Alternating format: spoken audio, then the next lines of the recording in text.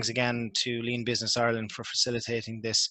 I'm going to give a short introduction to myself and then pass you over to Paul, if that's okay. My own background is predominantly from finance. I have several roles over the years, including head of finance for Ireland and the UK for a large company with about 1,000 employees, 200 million turnover. And in that business, we started our own lean journey, and we actually brought SA Partners in probably 8 or 9 years ago. And I left my role in finance and became head of continuous improvement for that business. At the same time, I did a master's in Cardiff University, and to be perfectly honest with you, I've loved every bit of it since. I was christened a saved accountant as part of that cohort of students in Cardiff. Most of those guys were operations people or engineers, etc. So I was one of the only accountants on it. As I said, I've loved it ever since. I enjoy it. It's really, really interesting. I love the whole challenge of trying to change culture. And we'll talk a lot about that this afternoon or this evening. I joined SA Partners about 2 years ago, and I've been in and out of several different industries and businesses over those couple of years. A good proportion of my time has been in back office support, shared service centres, and obviously in the finance sector itself. And to be honest, there's a lot of similar challenges no matter what business or organization you go into. But look, that's the beauty about what we do. You know, people have these challenges day in and day out, and that's what we're there to do, to try and help them get over it. So look, just on that, I'll hand you over to Paul, and Paul will talk to you a little bit and introduce himself. Thanks, Gary. So my name is Paul Guildea. I started in Carne just before the COVID broke out. So if you want to do transformation, perfect time to start, because everything's transforming. We'll talk a bit about that later on, and how we enhanced the program and how we moved along with pace during that time. Previous to my current time, I've been in 6 or 7 different industries doing transformation. I've been in from Kellogg's, KBC, Kerry Foods, and Freshways, and as Gary said, it's been a genuinely the same trend that I'm passionate about that's brought successes in all those places. It's getting people on the journey, enabling people, equipping people, and giving them the space, the time, and the freedom to make the right decisions. Carne has been fantastic at that so far. We've got really good time so far, really fun time in the last couple of months getting going. We'll talk about that later on.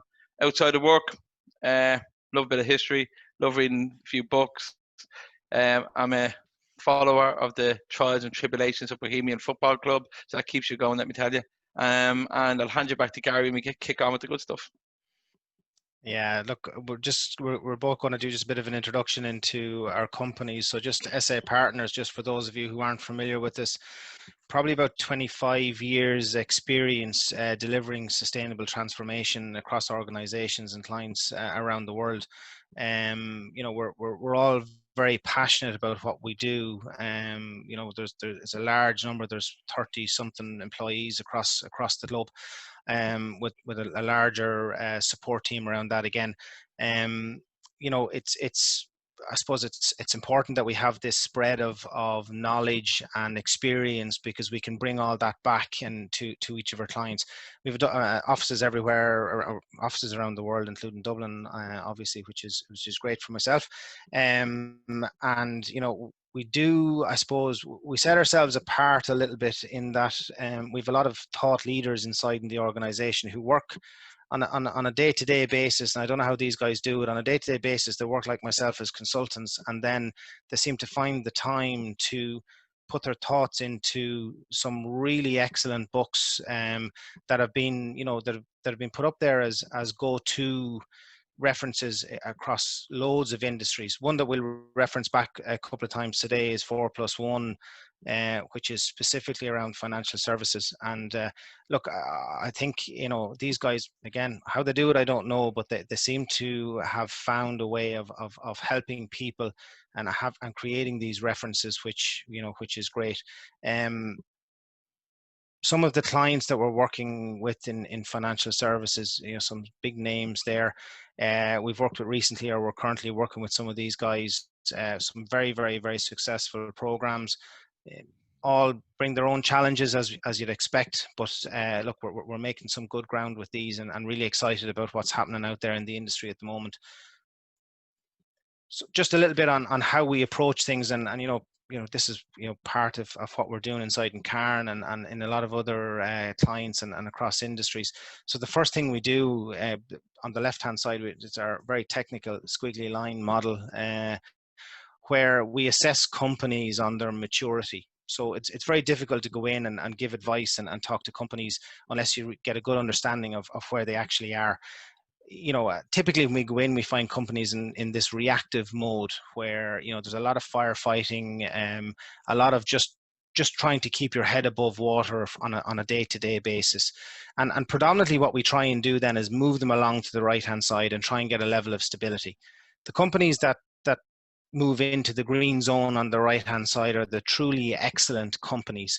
And this is where, this doesn't happen overnight. This is where companies, when they've really latched on to this as an entire organization, and their culture is really starting to embed from a CI point of view, they move into this space and they become really excellent at the whole continuous improvement type of culture across the entire organization.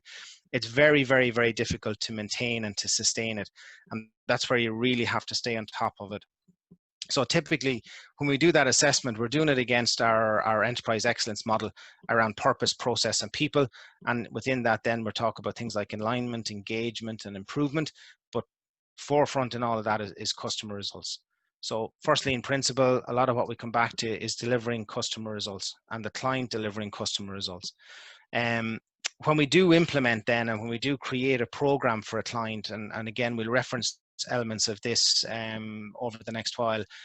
The model on the right hand side is our delivery model. So there's 3 core elements and then a supporting piece to that. The 3 core elements really are around training, systems improvement and development, and coaching and the cultural side of it, if you like. So if you take any one of these away, obviously your triangles fall over. That's the principle of a 3-legged stool, or the 3 triangles. So supporting all of this, is the circle around it, is our program management piece, which we believe to be absolutely critical for the client to get the results that they want. So we'll support the client, we'll be flexible, we'll design or redesign the program as we go along, but really it's about keeping everyone involved in it that needs to be involved in it, and making sure that we get the results that we set out to get at the start. And again, we'll talk to that, and we'll talk to the flexibility, and I guess Paul will reference it later on, things like COVID hitting us, because we were on top of it all the time, we were able to change the way we were doing things in order to maintain the momentum that we'd started with earlier on. So Paul, you want to tell us a little bit about Carne? Yeah, so Carne is a global leader in fund management globally. What that means, really, we're trusted by some of the world leaders, asset management, insurance companies, pension funds, wealth managers. In essence, we manage the regulatory requirements so they can manage the money aspect of it. And big in Carne, and the numbers in front of people to read, we've got over 250 professionals serving over 500 clients. But I would say we've got 500 partnerships. Partnershiping our supply chain and our clients at both ends is so important. It's probably something Garry has seen that we're very passionate about over the last few months, especially during a challenging time like COVID. And the next slide that we look at, it shows that the global footprint of Carne is quite impressive. And when you look at how that allows us to innovate and bring our solutions to the next level by digitizing our business, but pulling in capabilities on a global scale. And our system that we are looking at plugging into, we've got really industry leading system called Core, which is compliance, risk, operational requirements, is where we look at plugging into that as part of our transformation. That has some huge data acquisition in it, some fantastic insights and functionality. And that was like the bedrock of what we're trying to do. And as you can see from the graphic in front of you, we're in some of the key areas globally to leverage that capability. And that's part of our transformation as well. So our values, this is something we've done at the start of the year. We started to get some of the key players in the business. We started to look at what the voice of the business was saying and articulating what is our vision and what is our values, how do we articulate it. And in the middle of that, you have the pulse of transformation. And that really means that on the tip of everything we want to do, we're looking to have better investor outcomes and transform the asset management industry through a talent, technology, and trust. And that is what transformation is to us. That's what we've been leading from, to equip, to empower, and to evaluate the journey to lead to operational excellence. And we'll speak a lot about that during this. And I won't bench too much on this slide because this is something that will be rolling out across the organization in the coming months as part of our overall transformation program. So I won't bench on too much on that, Garry. So I'll hand back to you. Yeah, no, thanks, Paul. And it probably leads us nicely into, why change and what we're seeing across the industry in particular. And Keivan Zakai has joined us this evening as well. And he's our industry head, or our sector head in financial services, and has a wealth of experience over the last number of years, I suppose, getting deeper and deeper into this whole sector. First of all, we can reference a 2018 CBI report on Irish retail banks, and they spoke about things like not fully understanding what the customer wants and what we need to do in order to deliver that. Again, back to first lien principles. They also spoke to the firefighting behavior that was evident across some of the business, some of the organizations. This fueled this directive leadership style of command and control that again was evident across some areas. And that again then leads into this empowerment of senior people to make decisions. So what does all this do? It chews away at the culture that we're trying to create. It makes it more difficult to embed these changes and embed the thinking that lean brings and this type of organizational change we want to bring. Other observations, lack of up-to-date and relevant SOPs. Really, when we go into any business, one of the questions we ask, and we don't always ask it directly because it comes out pretty early on, is how up to date are your SOPs, your standard operating procedures? Do you actually have any? Are they up to date? Are they relevant? Are people working around them, or do they even exist? So these are the type of things that again, we're seeing a lot of in financial services in particular. This then doesn't help the next one, which is a lack of adequate training. So people are brought in, whether it's a fast-growing organization or an older more mature organization, people are brought in and kind of, actually, they'll be grand. They'll figure it out.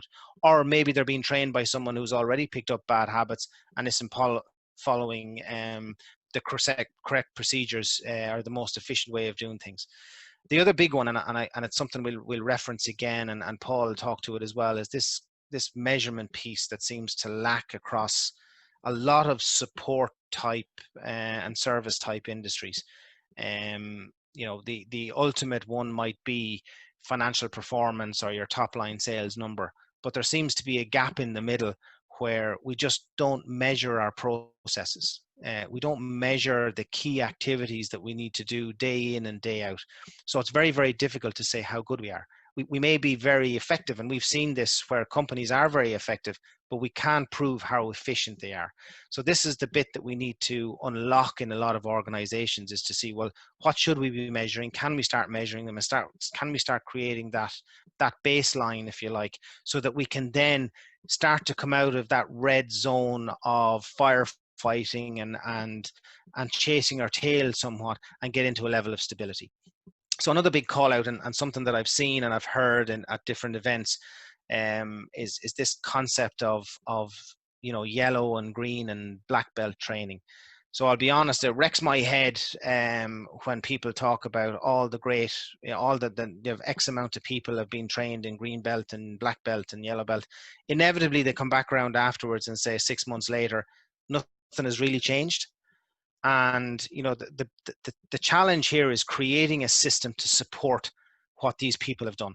There's nothing wrong with training people to a certain level, and we've put belts on it to make it easier for people to understand But the reality is, if you don't create the system around that to support those people, people just revert back to the old way of doing things far quicker than we give them credit for. And it just happens. It just happens organically. It happens way too quickly. And, you know, it causes this sense of, well, we've lost everything that we've gained here already, and really, was it worth it? And it puts a bad flavor, I think, in people's mouth around all of this whole lean journey. So again, those cultural enablers, those things that help us sustain, we'll reference them later on and we'll talk about them, they're missing. So it's just a big warning that I'm going to put out there. If people are engaging just on a yellow, green and black belt type training initiatives, without putting the systems and the structures in there to support it, you're talking about some very typically short-term wins. So Paul, you might reference that. Well, typically I will, because I led out the KBC element for the CBI Culture and Diversity Program. So I was at the heartbeat of that when he went to, it's only the 5 banks obviously that he looked at, but it is something that, if you sat with the central bank for a while, they are looking to move into financial services widely on. And one of the things that excited me when I went into Carne was the atmosphere of wanting to stay ahead of the curve on that, and the atmosphere of, you know, let's put ourselves operationally excellent, let's be client centric, let's be, and the words were all there, and the evidence was all there, and that's important when you go into a company, is to harness the energy that you find. That you don't, transformation doesn't mean you have to change everything. Transformation means you set up pillars like operational excellence, which is a capstone for the things you're going to do to make it, like you said, SOPs. We're talking about training people to be data driven, you know, bringing up more of the process improvement and standardization. And that's operational excellence. But really, that's a capstone for what I see as a racy organization, which is the mindset of an owner.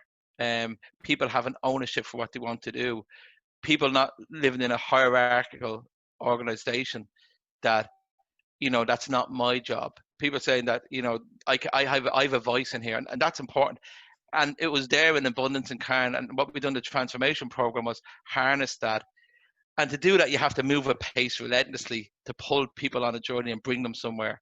You know, you need to sell the change, have the energy, positivity sells, move them along, coach the coaches, support the early adopters, measure, because that's, you know, where you're going to lean into, and be brave. And you know, in that, you then see you've got lean continuous improvement falls out of that, because people want to do a good job. And at the bottom piece of to support it all, you have project and change management, which I'm very passionate about. Project management, let's make sure we're doing the right things when we said we're going to do them, you know, to the right budget. And that's the distinct profit and loss elements, and absolutely vital to show where we're going. But if we don't bring the people on the journey in a measurable, you know, structured way, that you won't get to that point. And 70% of all transformations fail because the people element of it failed. And that's something that we've put as a structured pillar in Carne. And I think we speak about that in the next slide, and what our objectives are. And as a transformation office, we come up with one tagline that says is what we're all about. Our mission is to provide the culture, methods, and tools to empower dynamic, high-performing teams who are passionate about client success. And I spent some time noodling on this when I come in, because I didn't have to create that passion. It was there in abundance. I didn't have to create a will, but it was there. And what we've done is we harnessed it. So you see our approach, strategy, tone from the top. You know, it speaks with that in the CBI piece. It was there. It's into our structure, our processes, our technology. Spoke about core and how we're, you know, leading the marketplace in that, and we're looking to go even further and how we can innovate further. And then talent, lean it all into our people. We have a saying that we hire the nicest and smartest people, and that's a tagline. Actually, in Carne, it's quite true. And I'm saying this as someone that's in there a few months, and not to take that we went in and we lifted the heavy boulders. It was there, and it's about pulling it into an energy and selling it and moving forward, as I said, with real pace. What we want to do is we want to improve our business model, embed operational excellence, go to a global operating model, streamline and improve our processes, focus on talent and high-level activities that are working on protection, ingestion, and use, drive robust change management. That's all about people. Deliver increased rate of adoption, build up a continuous improvement DNA, that it's happening. And what we're doing is pulling it in, coaching people, helping people, making sure that we're evaluating it and we're getting what we should be getting out of it, and building that central governance. And really then move to a wider operational excellence transform model that you widen it out after that. Once you get people on the bus, you start bringing them to a bigger destination. And that's what we're all about at the moment in Carne. I know, Gary, we've had some really long conversations about this over the last couple of months. So I'm sure over the next couple of slides, we'll get into them in a bit more detail. Yeah, and Paul, just to pick up on some of the points that you mentioned there. I mean, I suppose one of the really interesting things that we've found of you is this of Carne is this, we've ignited something here in that there's now a kind of a pull forward on the program, and we've even through COVID, and this isn't COVID related necessarily, areas that we're looking at, but there's an appetite. You have a very highly engaged team who have now latched on to something here with us that has increased that appetite even more, and they're pulling it forward. So is that, I think that's probably a fair comment, is it? Absolutely, and that's, as you talked about, the tone from the top. That's empowered by having this underlying culture to allow people to grow. But yeah, as you said, COVID's probably just as you said, a bottom line result of how we were moving with pace. We weren't taking roadblocks. We weren't going to allow things to get in our way. And COVID was just one of those things that wasn't going to get in our way. So, like, we enhanced our programs. We, changed around. We went online. We got people involved in the online games, etc. And rather than slow it down, the model that we've built in, we've pulled in information systems, etc. And we've pulled it in by about 4 months. So during COVID, rather than us saying in Carne, oh, we've pushed it out by 4 months, we've done the opposite, and we said, hey, we've pulled it in by 4 months. And that's a staggering result, in fairness. And this slide just speaks really to the element of it, what we do in transformation program, governance and oversight, leadership workshops, continuous improvement project dashboards and roadmaps. It's about measurement, coaching, getting people somewhere, and empowering them on the journey, and building an owner's mindset. That's really important. That people say, like, I have something to do with this. We'll speak about that later on with some of the work that's being done by some of the folks in Carne. Yeah, and I think some of the synergies that we've probably created, Paul, we've the tagline I mentioned, together the power to improve. So, we are trying to build this relationship, and that relationship piece and that customer focus piece. And we've mentioned it already. So partnership. So we've created this partnership, which has enabled all of this to happen an awful lot quicker than we had originally anticipated. And we've allowed it to pull forward, flex the program, and put some of this stuff in place, mainly because there's a huge pull and a huge engagement from the team, which I can't overemphasize. It's been fantastic, to be honest.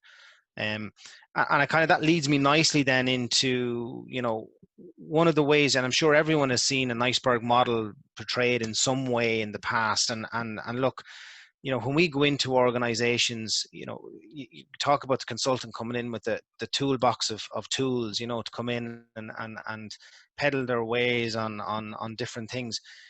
Fundamentally, if you want a program to be successful, you have to challenge what's below the waterline, and these are the difficult things to sometimes unlock, but actually they are the key enablers. They're the things that really embed, really sustain, and really create longevity around any of these programs. So you can have the tools, the techniques, the processes, and all that type of stuff. You need that. But fundamentally, below the line, you're talking about strategy and alignment, leadership, and then behavior and engagement. So if you don't really latch on to those, challenge them, and push the dial a little bit on these, then really you're in a short-term gain again, short-term game.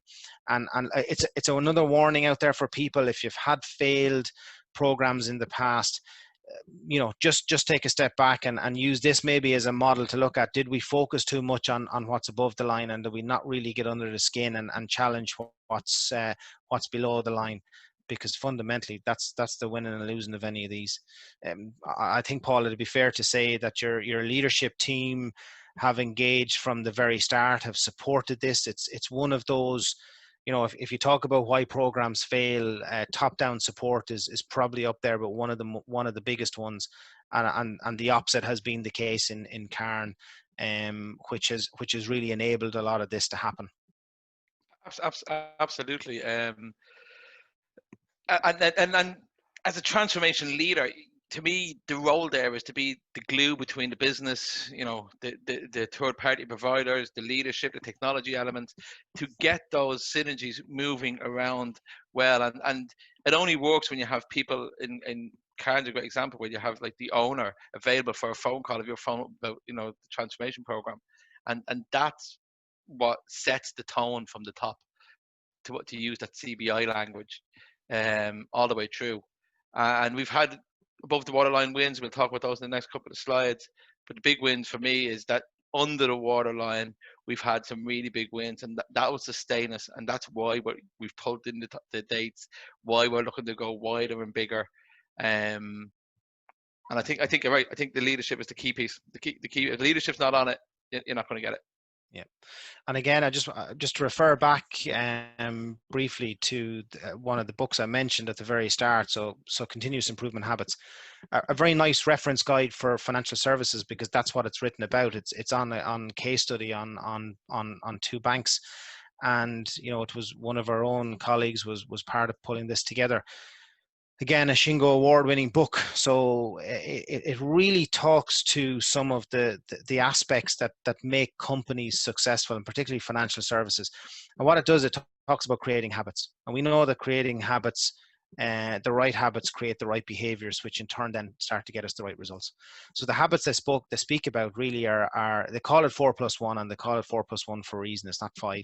So the 4 core habits are not anything new to anybody. No, the 5th one isn't really, but when you put the 5 of them together, you start to unlock something really different than your standard approach. So your visual management boards, I'm sure people are very used to those and have seen them in the past. It's not about making them pretty. It's not about making them look like the nicest board that you've ever seen. We've loads of examples of companies who started with pieces of paper and post-its on a whiteboard, and you were just prioritizing stuff and all that type of good thing. And they evolved into some really cool digital dashboards, and a lot of that has happened over the last couple of months in a lot of organizations. But that's only one element of it. To support that, then you need huddles. So the huddles then are these teams of people coming together to look at the visual management boards and use them as a way of prioritizing, of looking at how well they're performing, and then trying to create the pathway for the next number of days or weeks in order to maintain or improve where they're at. Big part of this, and Paul mentioned it, and I've mentioned it already, is measurement. So visual management boards and huddles without measurement they're not as effective as they can be. So you need to start getting under the skin of the core activities within your departments, within your organization, to see, well, what should we be doing really well day in and day out? What are those business as usual activities that we need to see, are we effective on? Because when you start putting those up there, you start engaging teams on those, then you can start moving into an improvement space, because it'll start to highlight the areas that we need to work on. That creates a continuous improvement culture. So it stems from those huddles. So the measurement and the huddles stem, a really focused area of improvement. And from that, you need to then come along and support it with operational procedures. So we need to lock in those improvements. We need to change the SOPs that aren't effective. We need to create the ones that are absent. And we need them to be really, really, really usable for the people that are using them. The last thing you want is someone locked away in a room who's writing SOPs, who hasn't a clue what the actual real activity looks like. And these aren't SOPs to tick a box for an audit or for some compliance thing or something like that, because we've all seen those, that we roll them out and, we have procedures on everything. The reality is that's not good to the person who's doing the job, who has to create a workaround or who has to ignore it completely. So again, that's another fundamental. And then back to this +1 piece, which is a really interesting one, and it talks back to this below the waterline enabler around leadership. So it's called a Gemba walk. It's probably the only Japanese word we've used here. And so going to Gemba is going to the source. It's going to the source of a problem, the source of an opportunity, the source of where the work happens. It's a term that is supposed to encourage people to leave maybe their comfort zone and go to where the real stuff is happening. The beauty about this is, and combining going to Gemba with leaders and leader standard work maybe, is encouraging this coaching style mentality where leaders will go to those areas and they will encourage the teams. They will ask good open questions.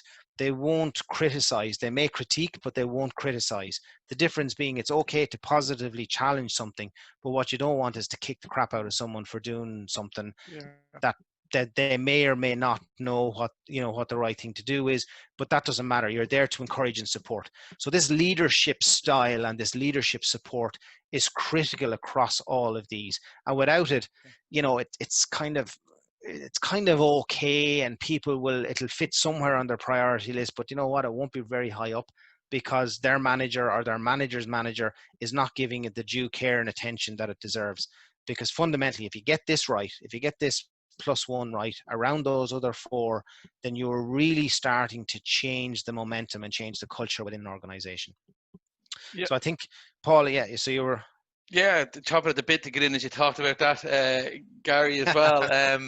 And one of the questions there I see coming in is, how do we measure cultural change? And I fundamentally believe, we'll see that in the next slides, you absolutely can measure cultural change, and it's critical to be able to measure cultural change. And some of the key wins we get above the waterline piece at this moment, and it'd be remiss of me not to speak about them, would be 75% of the staff have completed lean awareness training sessions. Absolutely amazing, especially during COVID, as we said, during all those trials and tribulations. We said we reduced the project timeline by 4 months, and we've got 10 staff on green belts, quite advanced stage, doing really, really good stuff at the moment on those projects. We've management information systems kicked off. We've got productivity reports in areas that will help us to get data-driven decisions to further enhance our continuous improvement program. We've standardized key processes and mapped and analyzed these and re-engineered these to feed into also what can we do next, because it's not about getting the first win, it's about the third and the fourth win. And that leads into the culture. And we've spoke about these things all the way through. You need to pull into lean due to the demand. The executive committee asking, like, we want to know more so we can help more. If you could get a tagline, I know Garry and Kayvan spoke with this earlier on, if we could get a tagline to say, this is how you do it, that would be it. We're the executive committee. We want to know more so we can help more. And I thought, that is it. But to me, the real win about measuring culture, and then, if anybody does want to reach out after this, I can definitely get into this conversation. But the next slide will show what I think is the real win. And this links back to the Shingo piece. We got 10 commandments of operational excellence. And if you don't put these in and enhance them, and when you find them in your organization, you lift them up and you sell them and you make it a standard of a culture, the same as an SOP. This is our SOP. We've also got a change management framework now currently with our executive committee, some of the HR director, etc., and the operational directors, to look at and say, is this how we're going to do change around here? And this is how we're going to support people through change, down to things like, how do you manage transition? How do you get people through that? And how do we mark it up? And how do we, score it, that we know where we are and what areas are change friendly, what areas are really busy, that we say we can come back there in a couple of months. That's really important. You can score them. What our 10 commandments are, and I know I have the beard, but I didn't come in with tablets and I didn't come down from a mountain. But what you want to do is you want to respect every individual. So you need to involve people in the improvement projects. Get the right voices in the room early on. Lead with humility. Enthusiastic to listen and to take suggestions off people. Strive for perfection, even though it's an endless journey. Embrace new thinking. So innovate, fail safely, and learn always. If you're not failing at something in your innovation culture, well, then maybe we're not pushing the boat out enough. Focus on the process. So it's problem solving, not finger pointing. The issue is always with the process. Built-in quality. Fix things at source. Move on. Get better. Flow and pull value. So stuff was where you need it, when you need it. That includes your supply chain, reaching back into the supply chain to support and enhance your client's journey, that you can also create pull with that in an efficient way. And that's back to that partnership culture in Carne. Think cross-functionally. So remove barriers, remove silo thinking. We reference that back to the CBI report. That's a big element of that in the CBI report, of remove silo thinking. That, as we think everybody would agree now, could see is probably not in Carne. It's fairly safe to say. Create constant purpose. This is huge.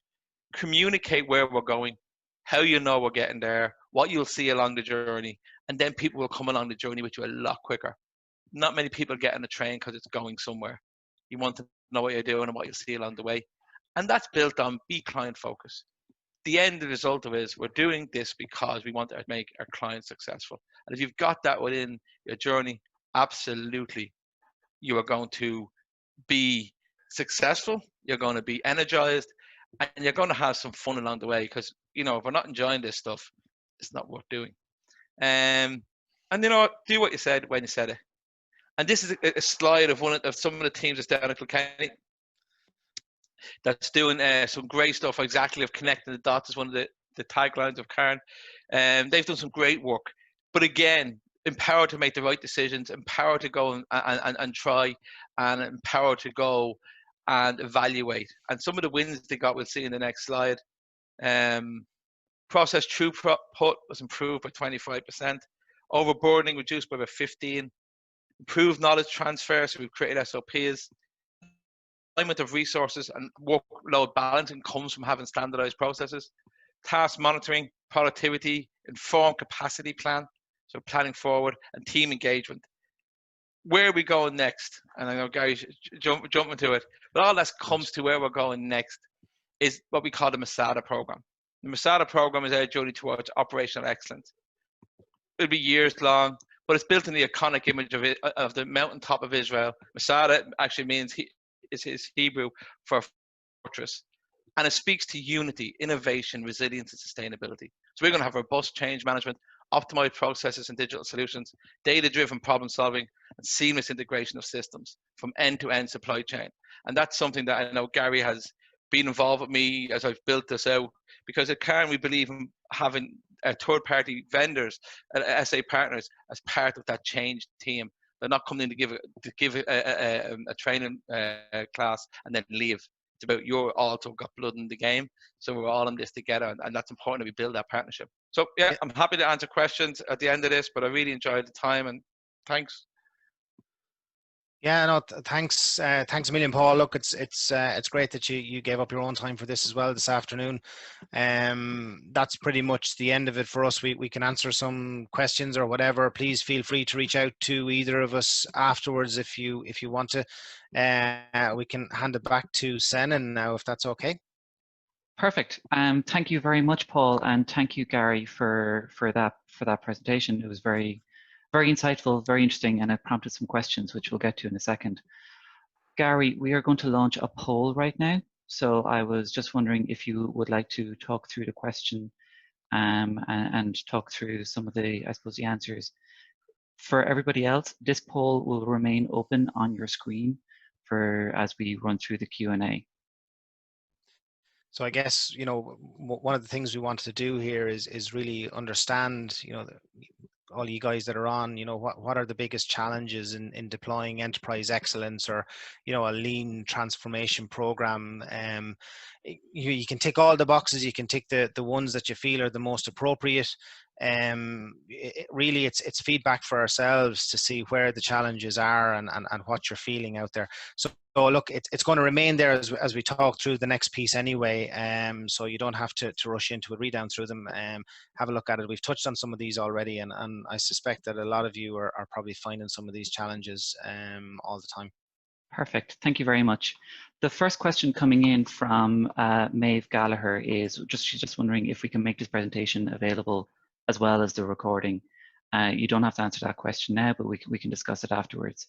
There are a few more questions that came in. Shubhash Kamath asked, how do you envisage Gemba walks when people are working remotely? And then how is Carne Group managing Gemba in this COVID situation?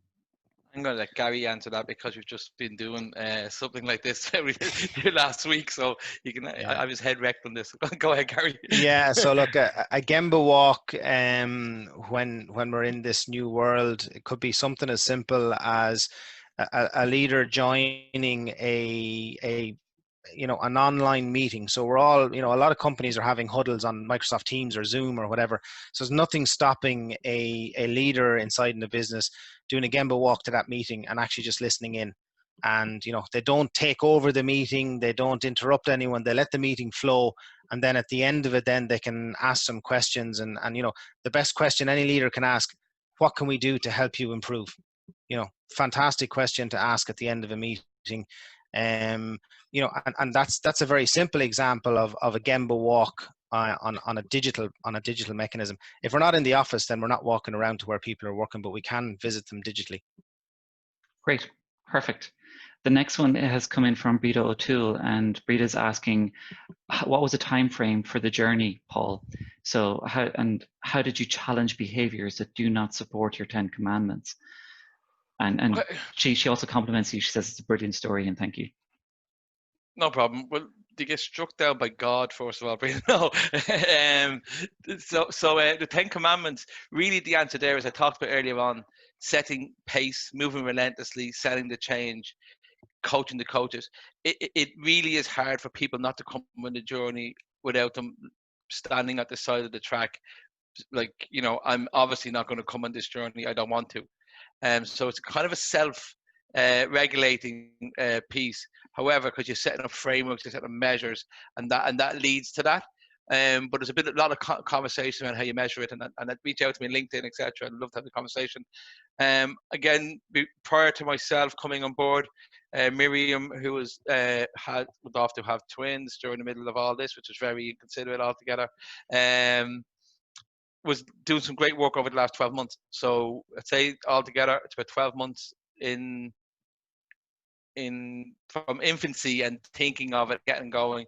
But really, since February or January, we really started to hit the pace that we're at now. And I think Gary would agree with that. Yep.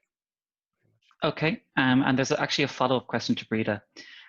She's wondering, how can state agencies like Enterprise Ireland, IDA, or the local enterprise offices help companies like Carne Group throughout the transforming journey? Or are you just interested in the financial supports that the state agencies provide? Yeah, that's probably Enterprise Ireland. Actually, currently we're speaking to those about enhancing our journey towards an operational excellence transform, and they've been brilliant. They're there to make success. So if you've got the right platform and you've got the right energy and you've got the right, I suppose Gary will speak to this as well, desire and story. You talk about story, they will support, and it is there. But you have to do your groundwork first to make sure your story is a good story. Okay. Yeah, I think Sen, and the support that comes from state agencies. So fine, there's the financial piece of it, which is, it's very welcome by business, and it's fantastic. But the mechanism in order to engage with the IDA and Enterprise Ireland and local agencies, it actually forces people to think and plan. So anybody could walk into this blind and say, oh, I'm going to do a little bit of this and a little bit of that. But actually the way it's set up, it actually forces people into putting some thought into that up front and creating the plan. And we all see the benefits of planning everything, whether it's your day, your week, whatever it is, versus not planning at all, and it just becomes chaotic. So I think that has to be one of the really key ones that the guys really, they have the knowledge, they have the experience, and they can get people into that frame of mind pretty quickly. Okay, perfect. We have two more questions here before we'll go back to the poll. We have I suppose a few more minutes as well. So should anyone else have any questions, please do ask. This question that came in from John Kern, and I suppose it kind of touches on the whole story from your presentation throughout the night, is how do you sustain the lean program? So I suppose if we were to look at the 10 commandments, what are the core of the 10 that you think are the most important? I think it's a top and tail. It's about being client focused, so you know why you're doing it. You're doing it and you have that real desire to have an excellent business. and it's about bringing everybody and listening to everybody and treating everybody with respect at the top of the journey, because the reality of it is you don't sustain it, they do. So if they're bought in at the start of the journey and you know why they're going at the end of the journey, the middle piece is where they sustain it. If you don't do that, you are going to fall as soon as the consultants or myself walks out the door. Perfect. So the last question so far of the evening, before we're going to land Garry in it with having to make commentary about the poll that we completed, is Paul, you mentioned the importance of team engagement and communication. Can you give us a practical example of how you and your team came together to engage and network? And I suppose if I was to add a caveat then onto that, how you did that as well during a COVID-19 situation where you're all working remotely. Yeah, so the first thing we do when we went work remotely, and this is something that, again, it was, I don't want to say easier, but because we're a company that's, you know, an innovative digital company, we try to do new ways of working, but we quickly set up morning huddles. We quickly set up touch points for leadership and cascading those down, so they're meeting their teams. And we quickly set up with our HR team was, you know, creating virtual events, creating, you know, moments where the integration is happening, and that's very important. But from an operational period, is the cascading of the meetings, daily meetings, cascading of the visual management piece, and putting in, for want of a word, control measures, but not stick control. It's more the carrot control of, I want to feed in, I want to belong to this. Formally, we have our change meetings, we have our Work Vivo, a platform where we put up posts, and that's really helpful. That keeps everybody engaged. So things like that can really help in the digital world. Excellent. Thank you. Thank you to everybody that has answered the polling question. I'm going to assume that you can all see the results on your screen. A little nod from somebody would suggest perfect. I see that, I suppose, the biggest challenges and the biggest challenge that people face is literally changing the culture. So this is the topic of the day. So thank you very much, Garry and Paul, for bringing that home. But I suppose if we were to look in the middle ground, and you're looking at maybe defining and deploying systems to support continuous improvement, engaging people, there, I suppose, where a cohort of people exist, would you find that that would resonate with your own experience? Yeah, I think the culture one is always the big one, because that's the ultimate challenge, and that's where you get, you know, the sustainability piece, if you can create the culture that you want. But if you talk to some of the other ones, so leadership engagement is a really interesting one, and can often be a challenge. Without a burning platform, you know, you have to create a why. So what's in it for us? Why are we doing it? You know, why do we want to invest? And it's not necessarily the money, it's the time. So, you know, you're asking us to change the way we do things. So why? So you have to have that compelling, you know, that compelling story, that compelling reason for that. If you have to spend all your time convincing the leadership team that this is the right thing to do, then you have to start asking questions again about how sustainable it is. So you need to get them on board as early as possible. And we need to be able to highlight and challenge them around things like, you know, often we go into an organization and you know, leaders will be somewhat oblivious to what the real culture is like. So some of the behaviors that are you know, across the organization, they just don't want to know about it. And maybe it's because they're learned behaviors from them, which can be a bit of a challenge when you have that self-reflection. But if you can put that up to them, and if they're willing to take you on and kind of go on that journey, then you will start to engage them, and you will start to prove the benefits of doing something like this. The big thing here is if they're on the bus with you, it's fantastic, and we can see that from Carne. They're absolutely 100% behind it. And it was relatively new to some of the guys in there, so it wasn't like they all came in with experience and thought, boom, we're going to do this. A lot of the stuff that we're doing is a little bit new, or a somewhat new, or a slightly different approach to the way they've done things before. So they've jumped on it and engaged. Without that, you can only go so far. And I think it is a challenge. It is one of those big challenges. When we go in and do an assessment, and we do a particularly deep dive assessment, and that's based on interviewing people and getting direct feedback. When you go back to a leadership team with that, if they don't accept it, then really you're wasting your time, because that's the people from the organization speaking to us independently in a very safe way. And you can feed that back to your leadership team to say, look, these are the behaviors, this is the culture that we're starting, that we're seeing here. These are the good things, but then these are the things that we need to work on and we need to improve.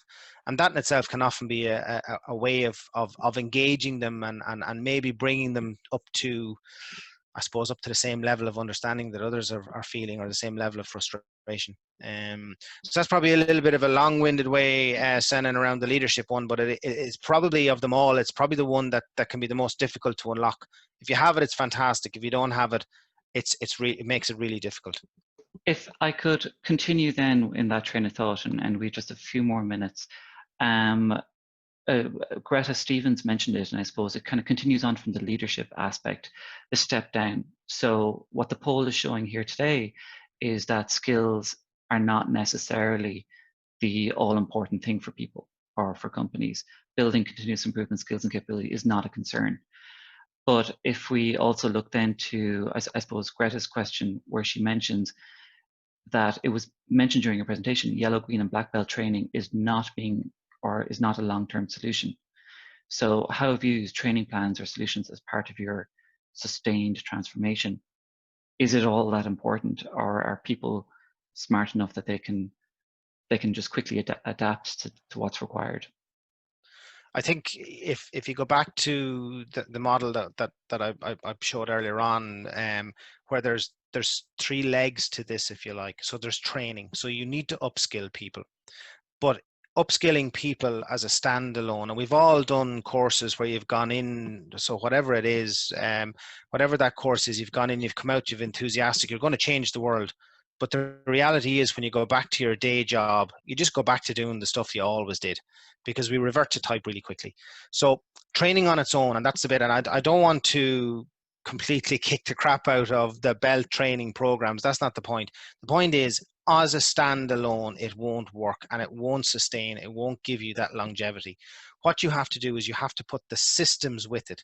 So the systems that support those people to deliver what they've learned. Because if you don't have, if you can imagine, you've trained someone in some of the core skills in lean, so something like problem solving, for instance. They go off and do a project on problem solving, they get their win, everyone celebrates it. They may never do it again. They may never follow through on using the principles again. If you have, go back to, if you have an ethos or a culture around team huddles where you identify problems, and all of a sudden, Garry, you've had some training in problem solving. Could you actually help Senan and Paul and Mark and take them through that problem and try and come out the far side of it with a really robust solution? So then, you're engaging, you're using the systems that you have, the continuous improvement systems that you have, to encourage people to use the tools. Otherwise, it's a waste of time. And that's the point I'm making. You'll get these short-term wins as they go through the programs, but unless you have a mechanism to encourage it and to sustain it afterwards, it just disappears. And something like a huddle, a team meeting where you actively talk about problems, you actively talk about solving them in the right way, and solving them the right way might be using some of the tools you learned on a yellow or a green belt, and it could be across one member in the team or the whole team that then you ask for that support. So that's the bit where I think you need that. And the last leg of the stool is the coaching piece. So that's the bit where maybe the manager of that team knows to ask the right person the right question, to encourage the continuous improvement mentality, to encourage the person who's been trained to step forward. So that's it's not directive, it's actually creating the culture within the team so that they do the right thing. Excellent. Sorry, long-winded again. Do not apologize. All that was very compelling and very true, and true to real life. Good leadership in lean and operational excellence or enterprise excellence is the same as good leadership in business. And I think constantly pushing and encouraging people to stand up, step up, and take the opportunity to improve is always worthwhile. So I'm going to endorse everything that was said tonight with just that simple statement. So thank you. With that, we are going to draw to a close this evening's session. I would like to thank particularly the speakers, Garry, Corbet and Paul Guildea from SA Partners and Carne Group. And I would like to thank all of you as the audience.